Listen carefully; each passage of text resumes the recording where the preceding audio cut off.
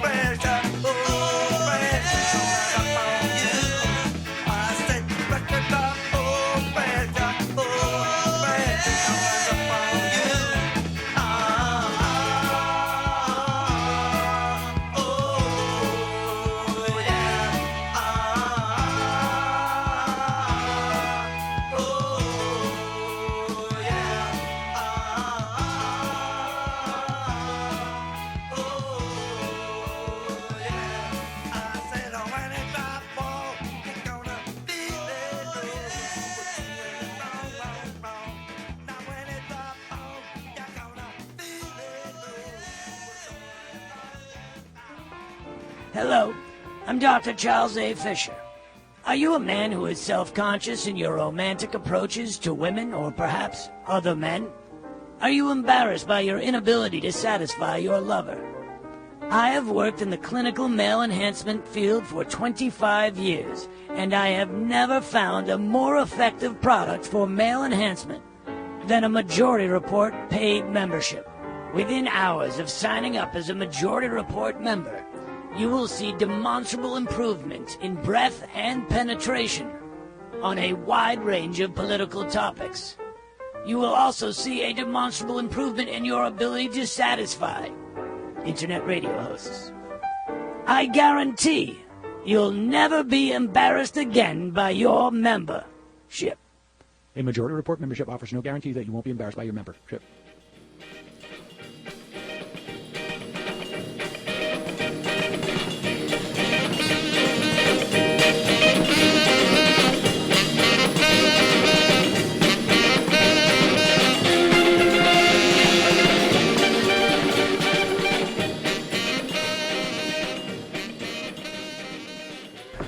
Before the guy asked you to say jetpack engage, where the hell did that come from? Because hearing you say it with the Bush voice, the funniest goddamn thing, I clipped it and made it into my text alert. Dorsey, well, post it. Let's post it on the site. During Break Room Live, anyone in particular you want to? Doesn't matter. I don't know. I don't know which one. Whatever one's got the whatever's the best one. But in the countdown to Bush leaving office, I was trying to come up with something that I could do for Break Room Live that would be low sweat. So we made one video with a George Bush codfish doll that I had bought years and years ago. Remember when he went on Mission Accomplished and he had that flight suit? And I bought one of those action figure dolls where he talks. And I have like a Ann Coulter and a Dennis Miller one. Like, you know, fucking Dennis Miller. This country was so insane. This country was so insane. Okay? That Dennis Miller was an action hero for the conservatives. Dennis Miller.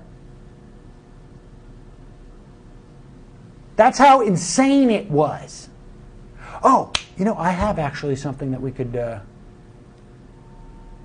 put on there too.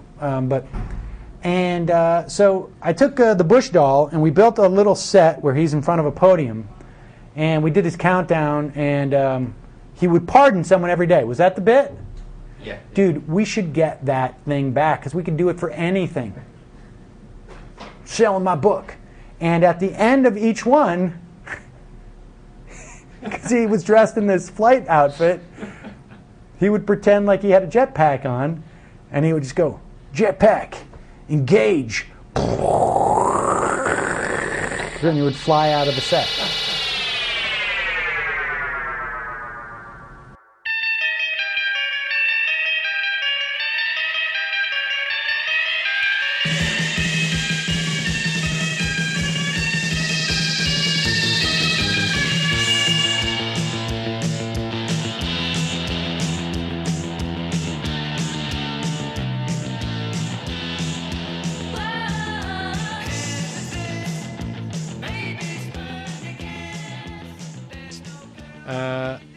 Every time John Benjamin calls me now, I smile for the first time in the 35 years I've known John Benjamin. I smile, and this is why. Is because I, some time ago, made a ringtone out of one of Mila's songs that she wrote about John Benjamin.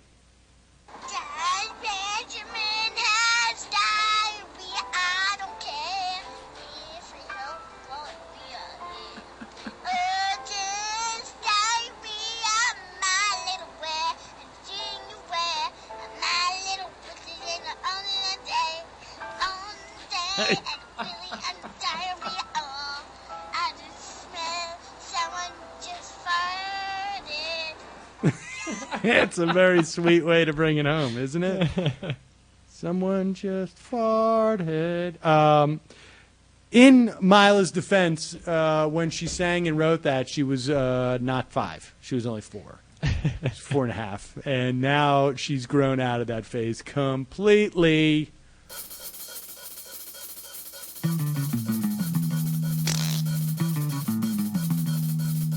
Modulation punctuates the still night air. And I thank God you're here. I was on Twitter last night quite a bit because I saw the Stewart Maddow interview, which was a fascinating interview. And Stewart really pissed me off. I mean, I'm a fan. We're going to go into it in a second. But I want to announce that I think I was hit on last night on Twitter by a lady. I'm pretty sure I was hit on. Let's just put it that way. And don't go run and try and search my Twitter. It was a DM, folks, a direct message. So that was nice. That was a nice feeling. That rarely happens. The camera went to sleep again. Of course, he hasn't figured out how to set the standby thing off on the camera. That's the problem with some of these, with setting up the system, is because we forget over the course of the show what we got to work on until it comes up again the next day. Yep. So I was hit upon on Twitter, and then coming into on the subway today, a guy comes up to me in the subway, and he says, "You look like a famous film star." And I'm like, First of all, I was just like, I wonder who he thinks I am.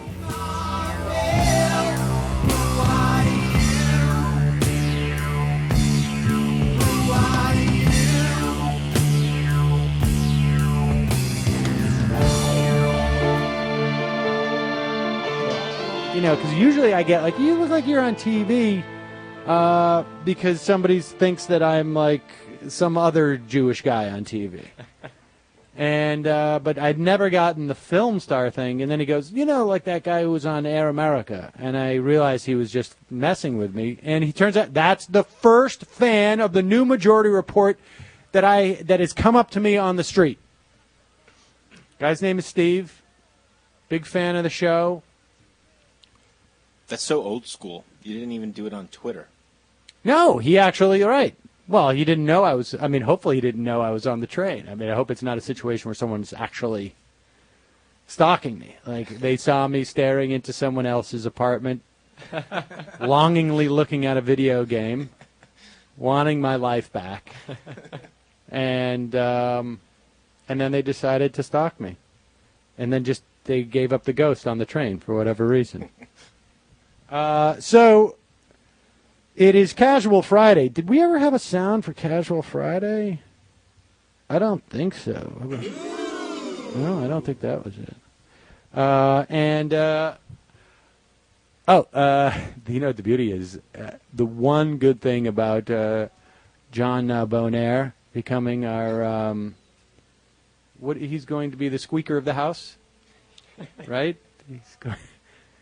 I get to use this. I'm going to have an opportunity to use this sound again many, many times. There he is. I wonder if he's actually going to use like a golf club instead of the gavel. That would actually be a nice touch. Sitting here in limbo, but I know it won't be long.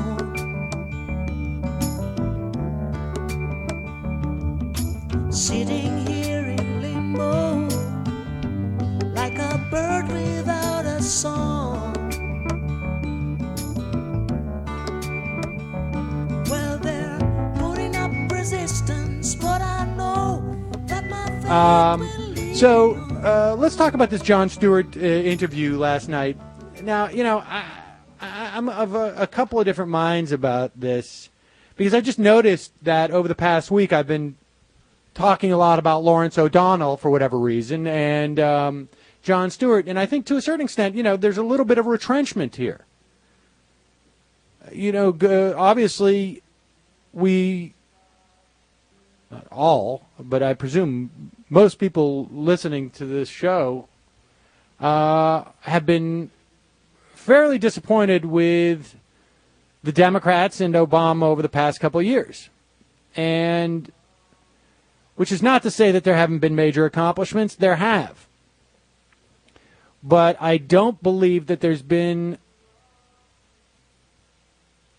the same measure. I mean, there's been policy accomplishments. There's been also some policy disappointments, significant ones.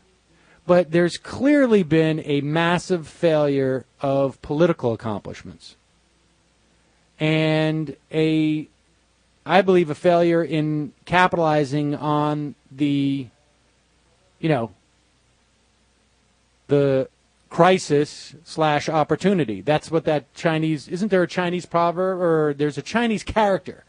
Like the Chinese character for crisis has like half of its opportunity. And the fact of the matter is, when the Bush administration drove this country, basically embedded it deep into the earth, as it were, by destroying our regulatory processes, shattering our economy, killing hundreds of thousands of people with our tax dollars. And that's not an exaggeration. I'm not exaggerating when I say that. Those are the Defense Department numbers. And in addition to also, destroying thousands of lives of our U.S. service, military personnel, et cetera, et cetera. And I think, people saw there was a big opportunity that was basically left on the shelf, and that shelf life expired. An opportunity to move progressiveness forward, to swing the pendulum back.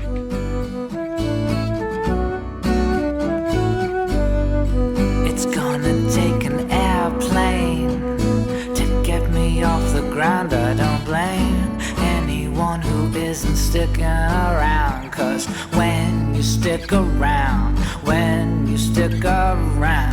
people like to put things in the ground. Now in my evil But the pendulum didn't swing back. And it wasn't because the American public is not in favor of such things as Social Security or such things as cheaper health care or a single-payer health care system or clean water or civil liberties or no fraud in financial services. It's not that the American public's not for those things. It's just that our system of government, in some ways, has been captured by the money that promotes the opposite of those things. And so here we are, with Social Security threatened. Here we are on the eve of the Obama administration capitulating in extending the tax cuts to the wealthy. And, the question is, where do we start to rebuild this process? Where do we start to regain some type of power if electing a Democratic president and Democratic majorities in the House and the Senate doesn't do it? Obviously what we constructed, what we built by going out and electing it was not enough. Foundationally, we need a foundation that may be a little bit stronger. And so when supposed leading lights of liberalism, are espousing views that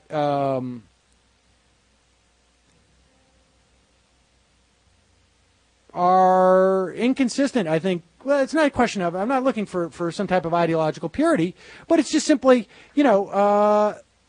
rightly or wrongly, certain people are deemed to speak for progressive, liberal, leftist values. And I think it's important for all of us on the left to really analyze what they're saying. And that's why I was, that's why I was talking about Lawrence O'Donnell. Because in some respects, it's more important what liberals are saying at this point, or perceived liberals, than what Glenn Beck is saying. And, that's what, Jon Stewart, listen, I'm a big fan of Jon Stewart's. I'm a fan of his comedy. But back in the day, when Janine and I had our show together, we would talk a lot about our disappointment with Jon Stewart from a political sense. But the argument, the conversations would also include the idea that it's not his responsibility. Living like a boogie easy. My old clothes don't seem to fit me. I got little tiny bug feet. I don't really know what bugs eat. Don't want no one stepping on me. Now I'm sympathizing with fleas. He's a comedian. He doesn't have a responsibility to carry any type of activist message. Despite the fact that he finds himself in a position where he could have some influence, it's not his responsibility. Now, you could get into an argument where Jon Stewart saying that, he's not in the game is akin to Charles Barkley saying, I'm not a role model. It's not my fault people think I'm a role model. Well, that comes with the job. But be that as it may, it was a fascinating interview with Rachel Maddow last night. He called Maddow to have the interview. He called Maddow. This is relevant because he feels he was misunderstood with his rally. And he feels that, and I think he got criticism from Maddow. I pointed that out, that I thought Maddow, her criticism when talking about Olbermann was geared towards Stewart. Stewart obviously felt that. Maddow claims it wasn't necessarily, but, whatever. Bill Maher's criticism of Stewart was clearly aimed at Stewart. And so Stewart wants to go out there and set the record straight. He can't do it on his show, because that's not the format of his show. And he doesn't want to tarnish that. Fine. God bless. But when you go... This system's not going to work, Dorsey.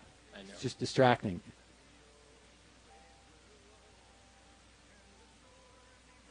When Jon Stewart goes out into the world to speak, whether it's at his rally or whether it's on Rachel Maddow's show. If you hit the record just intermittently, it'll stay on because it'll show some activity. Sorry, folks, it's soft launch. Hard launch, I would never interrupt the monologue in that way. Soft launch, I'll do it. So, when Jon Stewart goes into that arena, it is legitimate to criticize him, not based upon what he does on his show, not based as a comedian, because I got news for you. To quote Sarah Silverman, if you have to go out and explain the joke, it's not funny. And so I'm not criticizing Jon Stewart as a comedian. He's not inoculated from this criticism because he's a comedian, because he wasn't going on Rachel Maddow's show as a comedian. He himself said in this interview that when he did the rally, it wasn't necessarily about him being a comedian. He felt that he had earned the right to say his mind after 10, 12 years. Yes, he has the right to do it. And everyone else who hears it has the right to critique it. And I'm only saying this in this sort of defensive way because, I got people on Twitter just hammering me. I'm just looking for the divine hammer. One divine hammer. One divine hammer. I'm just looking for one divine hammer. I bang it all day. One woman actually said, one woman, I don't even know, defended herself by saying, I never said that Jon Stewart never said that George Bush wasn't a war criminal. I don't even know what you're talking about. But it came from a tweet that I put out last night about one comment that Jon Stewart made in the interview with Maddow as they're talking about the equivalency issue. Not the media equivalency, Fox and MSNBC being equivalent, but the charges of Obama being like Hitler and Bush being a war criminal. Now, I want you to listen. Now, remember here, I'm not critiquing Jon Stewart as a comedian. He's not a comedian at this moment. He is a guy who's going on and talking about ideas that he has that are not comedic. So just play this clip. Okay, yeah. You've said Bush is a war criminal. Now, that may be technically true. In my world, war criminal is Pol Pot or the Nuremberg trials. Or Harry It's not Truman, saying but then you took that back. Yeah.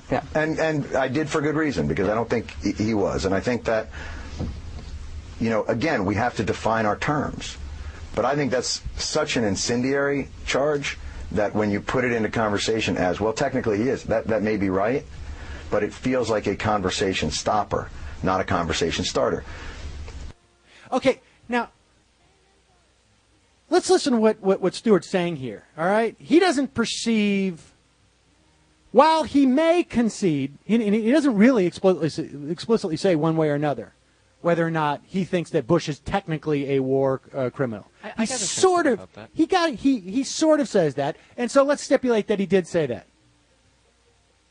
But he doesn't see him, he's maybe technically a war criminal, but I don't see him as a war criminal like Pol Pot or Nuremberg trials. Okay, fair enough. But, is there really a sliding scale of war criminal? Yeah, I guess so. I guess there is a fundamental difference between someone who kills, one person. Let's say, one person who rapes during war. I raped one person. I killed 50,000 people. Okay, maybe, I don't know. I'm trying to give him the benefit of the doubt of this, because that's what this is all about his theory here, is that we got to give people the benefit. I'm going to give him the benefit of the doubt of that. There is a sliding scale of war criminality. By Defense Department documents, by their word, we killed over 100,000 innocent civilians in Iraq.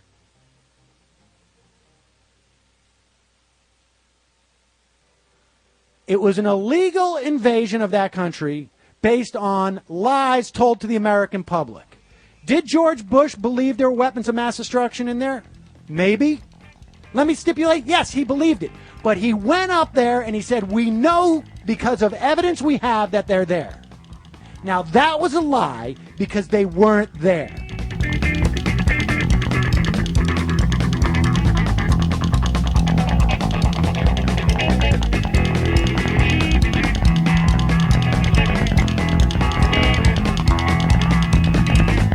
And the evidence was shoddy, and the evidence was debunked before they dropped that first bomb. There were hundreds of weapons inspectors in Iraq at the time that had been there for 3 or 4 months looking for weapons of mass destruction and found zero. Yet George Bush and the people he sent out to lie to the American public said, we know they're there. But they didn't know they were there. But they had to speak with that level of assuredness because they thought they were there, they wanted to attack, and they, in the words of Paul Wolfowitz, the Assistant Secretary of Defense, it was a reason we could all agree upon. That's not to mention the torture that he authorized.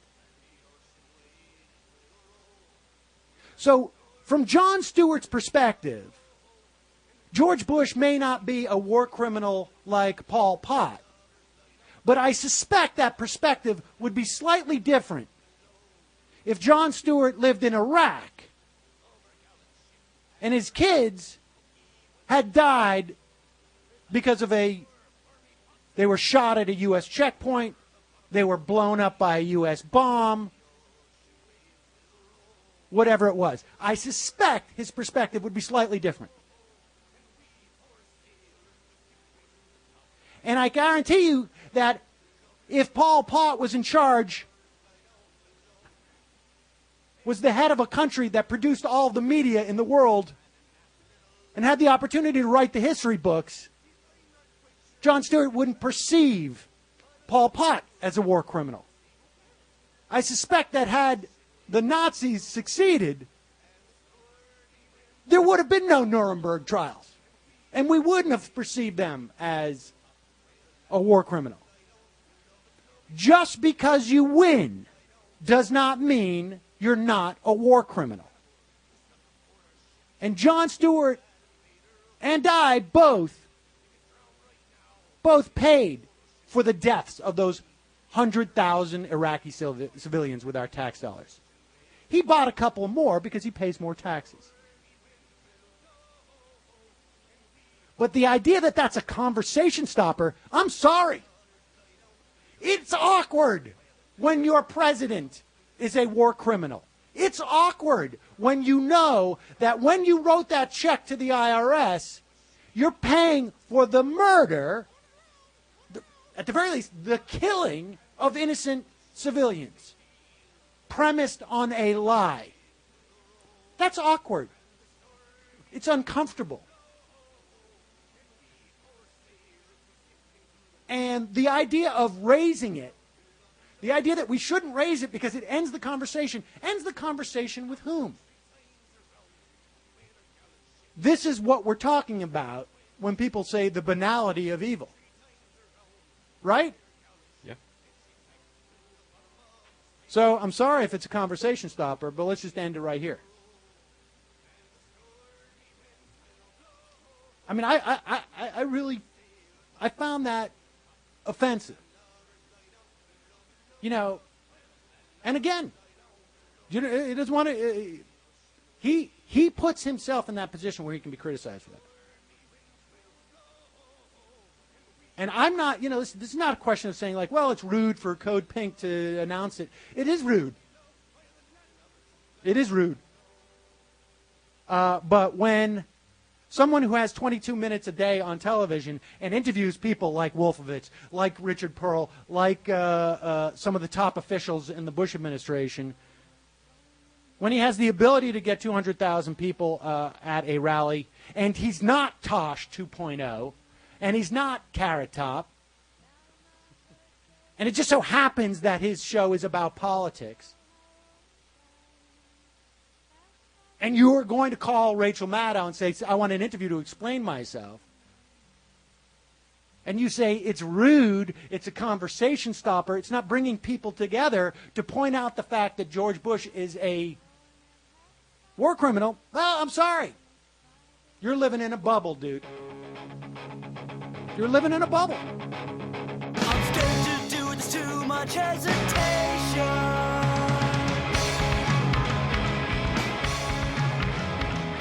You know, it really, some of the points he made, and there's some great points he made on this thing, and I'm a fan of Jon Stewart.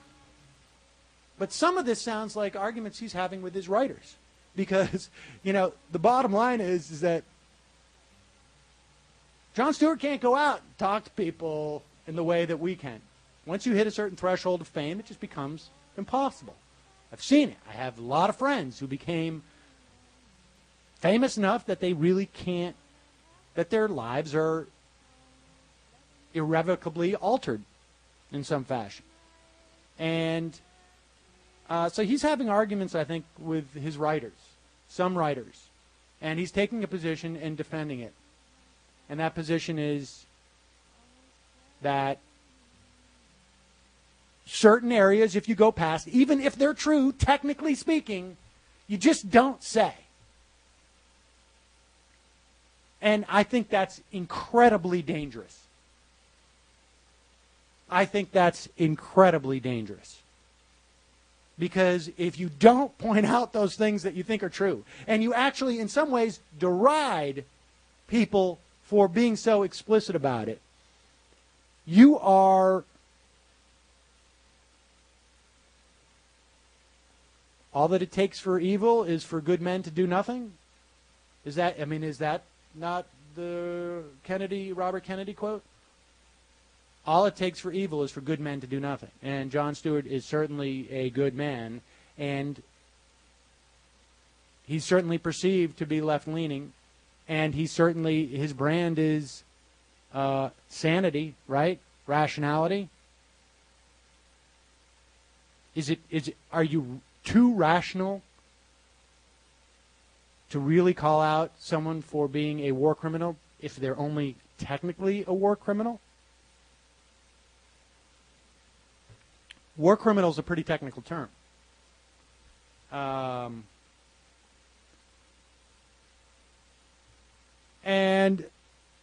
then we have this whole weapons of mass destruction manipulation thing. I mean, this is the thing, is that I get John, his point here. His point is that we need to approach this rationally. The problem is that anybody who brought this up in a rational manner is also dismissed. There'd be no Code Pink. Or maybe there still would be, but they'd be talking about something else. If people who accepted that George Bush is a technical war criminal would actually do something about it. Play clip number 2. Now he's back in his book to saying Saddam was pursuing weapons of mass destruction. That's he says, he declares that as if it is fact. And it's okay, let me just set this up. Here's Rachel's talking about how George Bush has sort of flip-flopped a little bit about whether or not they're weapons of mass destruction. I don't care about the flip-flop here. We're talking about Jon Stewart's reaction to this. And listen, I understand, this is not a question of I'm slicing and dicing all of his words. He wanted to have this interview. And it's very important for all of us to understand from where he's coming from. At least it's important enough for him, who was sick, to get out of bed to go and have this interview in a timely fashion so that we could all have this perspective. Okay, let's play again. Just not true. And it's not even It's true depending on where you start the pursuit. In other words, is my son pursuing his car? Yes, my son very much wants a car. Now, he's 6. So he doesn't have a job yet. But he is pursuing a car. He's got to wait a while. Yeah. And a lot of things are going to have to happen. Do you get what I'm saying? Like, I get that that's a manipulation, but it is also, in some ways, a subtle narrative manipulation to just dismiss that. So what he's saying is that there was maybe some truth to there being weapons of mass destruction, because Hussein may have had some desire, like his 6-year-old to get a car, to have weapons of mass destruction. Now, there was a lot of things that have to happen in between. But he's suggesting that there is some truth there that Hussein had intentions to get weapons of mass destruction. Let me stipulate. Okay. It's It's not the first time somebody has had the flu. Remember when you had to pay? A hot Lemsip will help to stop the sneezing, so you will have to stay happy. Remember, worst things happen. But let me argue that if George Bush had got up and said, Saddam Hussein has intentions to get weapons of mass destruction that are equivalent to, let's say, not a 6-year-old, but like a 12-year-old who wants to get a Camaro. Would that been enough to get us to go to war? Here's the point. Saddam Hussein may have had intentions to go at weapons of mass destruction. He certainly did back when we gave them to him. When Don Rumsfeld went over there as the head of a pharmaceutical company selling him biological or chemical weapons, there's no doubt. But that's not the issue.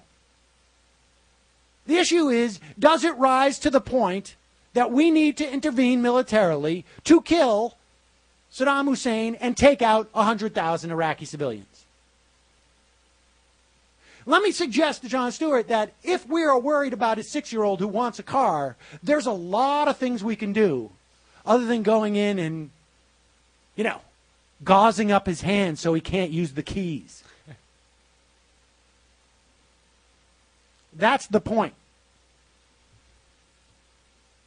Stewart, and I think because maybe it's just his nature or whatever, thinks that we should really try to understand where George Bush was coming from. Look, this is not about my neighbor, is having an issue and had a bad day. This is about the most powerful person in the world, essentially, using that power that resulted in the deaths of tens of thousands of people.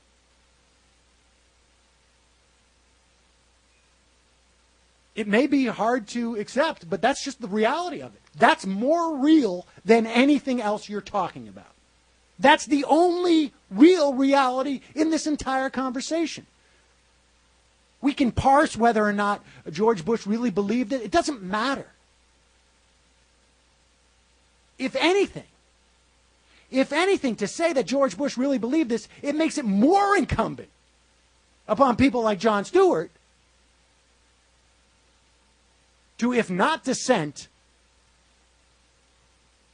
to certainly not deride that dissent. And this is based on his own belief system. I understand why Sean Hannity derided dissent. Because Sean Hannity also believes that Jesus said, you don't turn the other cheek, you pick up the sword and you fight. Literally. And I know he believes that because I know he said that to someone.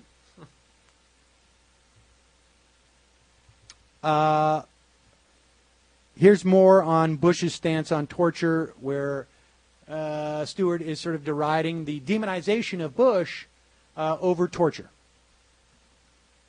If the place that you start from is he's an evil man who did that to lie to us so that he could take gratuitous pleasure in his own masculinity, or whatever it is, that does. No, but that's. Nobody's. Right. I'm not saying that. Nobody's. Right. Saying And but that's an example of again pushing it too far. But people, that's what people do. They take things and they go into the next realm.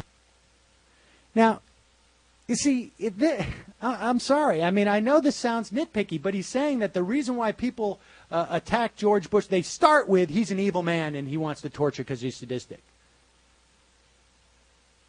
I'm sure there's people who have said that. But there's a lot more people who have said this is fundamentally wrong for our country. That this is against, in addition to endangering our own military personnel, this is something we used to prosecute Japanese war criminals for. Technical war criminals. Right?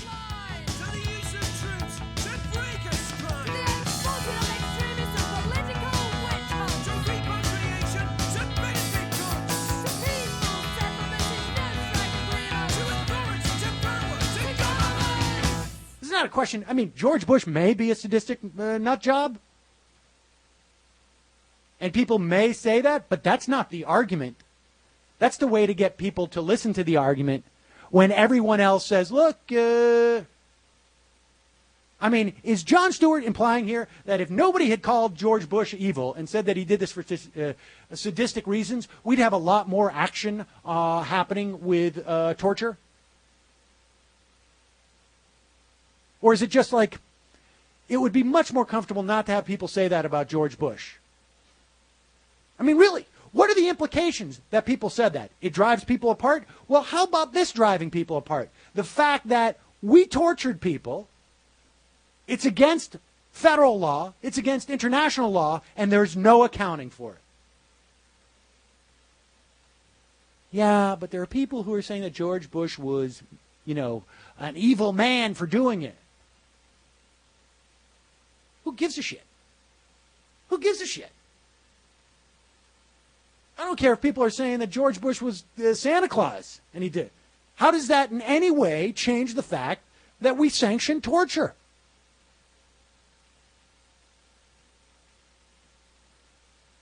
I mean, look, I understand. Later in the interview, Stewart says that he relates more to Jerry Seinfeld than he does to Rachel. I totally get that. I totally get that. Dispositionally, I still sort of perceive myself as a comedian. Fortunately, it's very easy for me to make this transition because people didn't think I was that funny. I mean, I understand from a comedic standpoint the idea of being too passionate about any one thing. It creates a certain vulnerability because it's really easy to mock people who are extremely passionate. I mean, I do that. I do it mostly for people on the right. I mean, I think, you know, Jon Stewart had some very good points in this. And his indictment of, you know, sort of this back and forth type of thing, I think I'm certainly at least guilty of a certain portion of that. But I say guilty only of his indictment. Because, yes, I will tell you right now, I am explicitly perceive my job, at least part of it, I should say, is to mock the right wing of this country, to mock the conservative ideology. I also like to take it apart on a logic, in terms of logic and in terms of an argument level. But I do, and do I hold the left up to the same standard in terms of criticism? Not exactly, no. Not exactly. But that's because part of what I see my job is to push back. And I have a limited amount of resources, a limited amount of time. And that's the way I'm going to make my impact. You know, and the idea that somehow, because MSNBC has turned to the left in the past 5 years, that's changed everything. That's ruined everything. No, the difference is that Jon Stewart was not listening to Rush Limbaugh on a daily basis in 1992. Jon Stewart was not aware that there was an entire industry doing what Fox does, but just they weren't on television. They were doing it through direct mail. They were doing it through talk radio. And the idea that MSNBC, which has a viewership of 500,000, maybe 1 million people, is somehow the problem is absurd. It's absurd. It looks like the problem to him because he watches so much of that stuff. But what he doesn't see is that it is, and including himself, even though he doesn't want to be there, he's there.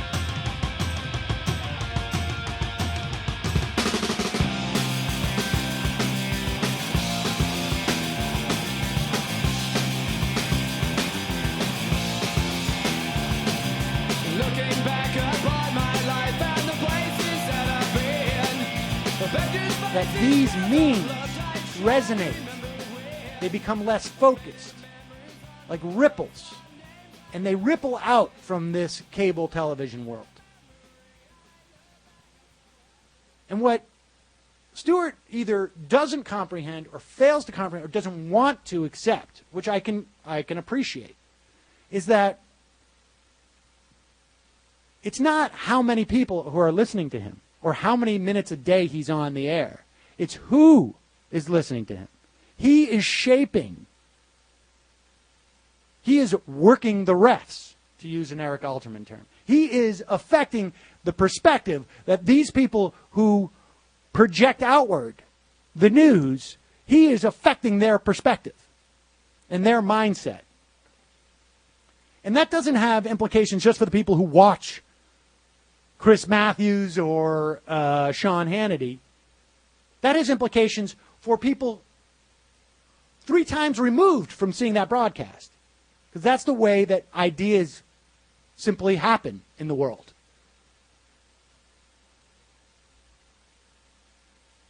You know, not everybody has to read Marx to be affected by what he says. Not everybody has to read Jefferson to be affected by what he says. That's the way it works. And is there anybody in media who's followed more closely than Jon Stewart? Yes, probably. 6 people. That's not a lot of people. You know, is Rachel Maddow ecstatic? I mean, how long was that interview? It was practically her whole show, right? It was her whole show. How many other interviews has she done on her whole show? Colin Powell? Maybe there's 1 or 2 others. Obama? So, you know, sorry. John's, you know, and let's take this 4, and then we'll go to Rosen, and I got some other stories. I'm going longer on this than I want. You're in the game. Okay, stop. Here's what people. We're in the same game. Here's, you know, Rachel's trying to get at what's the difference between you and me, and I do think there's a difference between Rachel and John, but I don't know if I accept this premise that they're in different games. You're in the game. Like, here's You're what in the people. game too. We're in the same game. I don't think so. I think you're in a better game than I'm in. How? What's the difference? What's the material difference? You're on the playing field. Oh, we lost it. What happened? I don't know. Can you try and do it again? Try and do it again. You're in the game. Like, here's what people. You're in the game too. We're in the same game. I don't think so. I think you're in a better game than I'm in. How? What's the difference? What's the material difference? You're on the playing field. Oh, all right. Well, he's saying that you're on the playing field and I'm in the stands, rooting. You know, Roger Ebert is not a filmmaker. He is a critic. We're in a different game. And he said, look, you know, and this is what I've chosen. I want to stay out of it, et cetera, et cetera. Can you play that clip again? You can't find it. No, okay. Sorry. And actually, this is the part of, I think there's some truth to that, but at the end of the day, I also think there's not. You know, I've said it before. Jon Stewart would not be doing an hour-long interview on Rachel Maddow's show if he was Tosh 2.0. And you don't even have to go that extreme. He wouldn't be doing it if he was Dimitri Martin. He wouldn't be doing it if he was Nick Swardson. He wouldn't even be doing it if he was Dave Chappelle, whose show was significantly more funny. Now, Chappelle warrants that type of time on the Majority Report. That's a different story. Hey, I'm Melly Mel for the Grandmaster Flash and the Furious 5. And I just came to say hello to all the beautiful brothers and sisters out there in Trinidad. And I came to let y'all know that we're going to be in Trinidad on July 8th and 9th. So don't forget to tell all your friends to come check out the devastating ride to the Furious 5 and the cuts of the What he does may be a little bit different, although he's not doing it now, not when he goes on to express this. But the implications of what he's doing is no less. I'm sorry, Roger Ebert is not a filmmaker. He's just a film critiquer. But it's not, that analogy is not quite the same because Rachel and John use the same medium. And Roger Ebert does not use a film camera. Now, I suppose you could argue, well, when he had a show on TV, he would talk into it. But even then, they are both affecting the perception of events that take place that affect people's lives. And it's not like they're doing it from, like, Jon Stewart does a show about, like, hey, airline food. No, he does it with the same cast of characters. I understand his agenda is different, that he wants to focus on media critique. But I think the bottom line is, to a certain extent, he's over his head. And I respect that. And he doesn't want to deal with it. And the best part of that interview was towards the end, where he's like, this is what I want to do. I purposely stay out of it. I don't want to get up there and jump into the game and say my piece. I sort of did that during the rally, and I did it because I felt I earned it. And presumably that's why he's also on Maddow talking about it. Fine, I respect that. Stay on your show. Stay on your show. Do what you do.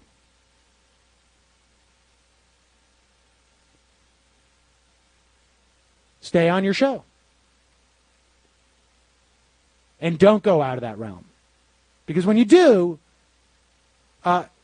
you're subject to this type of critique. I do think there was a couple points that, like, he said, like, the tea bags thing, that was overblown. And Rachel actually, I think, is guilty of not so much overblowing the tea bag thing. Because he said, it was something we would do for a day. Rachel did do it for longer than a day.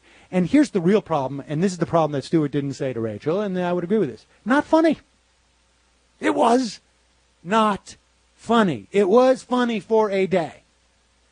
But it just was not that good of a joke to really draw it out like that. But that's a comedic critique. And I do think that there's a lot of valid criticism of people like Rachel or Keith or on the right of their comedy. Rush Limbaugh's comedy. But that's not what we're talking. We're not talking about good or bad comedy. That's for Mark Maron's podcast. That's irrelevant. So I just think that, I'm a fan of Stewart's. I think Colbert's stuff is a little bit more satirical, but by its very nature. And I think John is, he's not responsible for being the savior of the world, but you can't do a TV show and not get criticized for it. In fact, let's bring on our TV critic. This guy was incredibly mean sometimes to the executive producers of Lost. Boy, was he mean sometimes to them.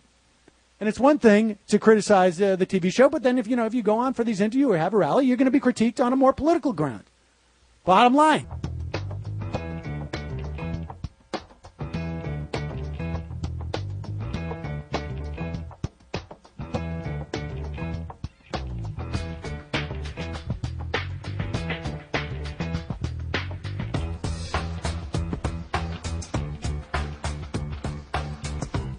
All right, we're back. Last week, which seems like last Friday, seems like years ago. And in terms of the progress of this show, and in terms of the support that you guys have shown, and in terms of our technology, we have come light years. And just to prove that, last week you couldn't even make out anything that Chris was saying because he was on one of these ancient cell phones. It's a BlackBerry. BlackBerry. And this week it's going to be better, although next time we're going to have a microphone because I can hear your girlfriend do the dishes in the background. She's just, it's a small apartment, Sam. All right. Now, do you have the pillows surrounding you like I suggested? I do. I have a blanket, actually. Okay. Now, let me give you first an update. This is our weekly segment where people like me who can't go out to the theater because their wife or their daughter won't let them and has to stay home and watch. It has Netflix streaming on a broken Wii or has on demand so that we can watch movies too because we're people too. We're not just machines. And now, last week you suggested Freakonomics. Freakonomics, right? Which was on demand. I did not watch it because it's $6.99. Well, what is it? You're cutting corners here. No, I'm not cutting corners. $6.99 is like a 1 month Majority Report membership practically. Oh, and okay. I'm not going to spend $6.99 on watching 2 hours of programming when I could sign up for the Majority Report and get like 20 hours of programming over the course of a month. That's true. I can see your point Not there. to mention bonuses and swag. So I'm going to wait for that one to go down. People asked me last week why I said the Freakonomic guys are sort of a little bit dodgy. Real economists think that they cut corners and that they basically present some lies, but that's not the point. The movie sounds interesting. I'll watch it when it's for $3.99. Well, that should be soon. I mean, I can't imagine it doing very well. So. Right, exactly. And then you said to watch on Netflix, what was it again? The Infidel, it was called. Yeah. And you soft sold that so badly that I just I couldn't sell my wife on it. No, I can understand that. I said, let's watch The Infidel. She said, is it good? And I said, well, Chris Rosen says it's not terrible. She's like, it's not why terrible. Are we gonna That's do that? a good review. You can put that on the DVD cover. Let's just play Words with Friends back and forth on the couch. So that's what we ended up doing. But I'm going to get to those movies. But what do you have for us this week? Well, this week we could start with on-demand Netflix since you're a cheapskate and you don't want to spend the money. I mean, Netflix Instant Watch since you don't want to spend the money on on-demand. Well, it's not like Netflix is free. I pay something like $9 I a guess month. that's true. But, I mean, that's nothing over 30 days. Regardless, it's called The Lottery. That's It's exactly the point I documentary. make with the Majority Report membership. But go ahead. Anyway, it's called The Lottery.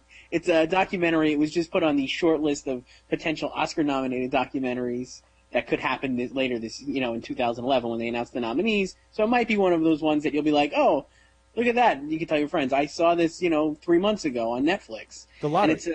And The Lottery. Now, it's just like, it's exactly like it's in the similar form of Waiting for Superman, which I'm sure you've heard of. Right, that's discredited too, but we'll go into that Right, later. no, it is. Yeah, no, I know it is. So this is the same thing. It's a look at this woman, Madeline Sackler. She has 4 children who she follows through the lottery in a New York City charter school. Ah. And it features like Cory Booker and Joel Klein and like all these people. And you can watch it right now online, Netflix Instant Watch, and you can watch it in DVD if it's available. I swear to you, I'm going to watch HD that. if it's available. I'm You definitely can watch watching. it, and you know what the best part is, Sam? It's 80 minutes. Okay. That's it. Yeah. Very short. I mean, that's the best part. That's great, because Especially when you have Nikki kids, will right? only miss, that means she'll only miss 3/4 of the movie, because she falls asleep after the first 10 minutes of everything you watch. See, so there you go. All right, great. The Lottery. I'm definitely going to watch that, The because Lottery, that's free. yes. And what's Yes, the and other now, one? The other one, if you want to pay for it, I would say you could see The Kids Are All Right, which was a big hit, indie hit, in August over the summer. And now it's available on demand, and you can watch it. You know what that one is? I don't. Oh, well. Good. I'm glad No, I hear that's that. why I bring That you one- on. Yeah, This no, that's is good. That's manufactured. I definitely, every weekend, I'm like, what am I supposed to watch? The Kids Are All Right is with Julianne Moore and Annette Bening, and they are a married couple in California, and they have 2 children that they had through, artificial insemination. Right. And the kids grow up, and they are played by Josh Hutcherson and Mia Wasikowska, whatever you say her name. She was in Alice in Wonderland. And they grow up and they decide they want to meet their biological father because, they're curious, and their biological father ends up being Mark Ruffalo, who's like this laid-back kind of like, hey, I'm so cool, Mark Ruffalo, I haven't shaved in like 3 days, I like wine. So they go and find him, and naturally the two moms, Julian and Benning have a little problem with this at first, and then